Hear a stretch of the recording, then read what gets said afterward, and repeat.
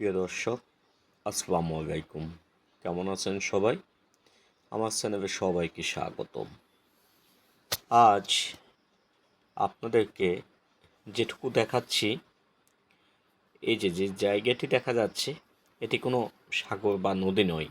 দেখুন কি অবস্থা। মোটরসাইকেল, বিশেষ করে এই অটো, মোটরসাইকেল, এই গাড়িগুলোর কি অবস্থা একটু দেখুন। এটি সন্দ্বীপের প্রধান সড়ক। কিন্তু আমরা এখন কমপ্লেক্স বা সেনারহাট থেকে একটু পশ্চিমে যে সড়ক, সেটির ভিডিও ধারণ করেছি। দর্শক, এখানে দেখে আপনার কাছে মনে হবে কোনো জমিনে বা কোনো সাগরে। যে দেখুন কি অবস্থা, পড়ে গেল কিন্তু মোটরসাইকেলটি।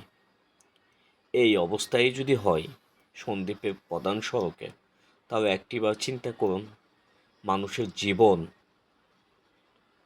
কত বিপজ্জনক অবস্থায় না কাটে। এখানে ছোট ছোট গর্ত বা ড্রেন, যে কোনো সময় যে কোনো বিপদ হয়ে যেতে পারে।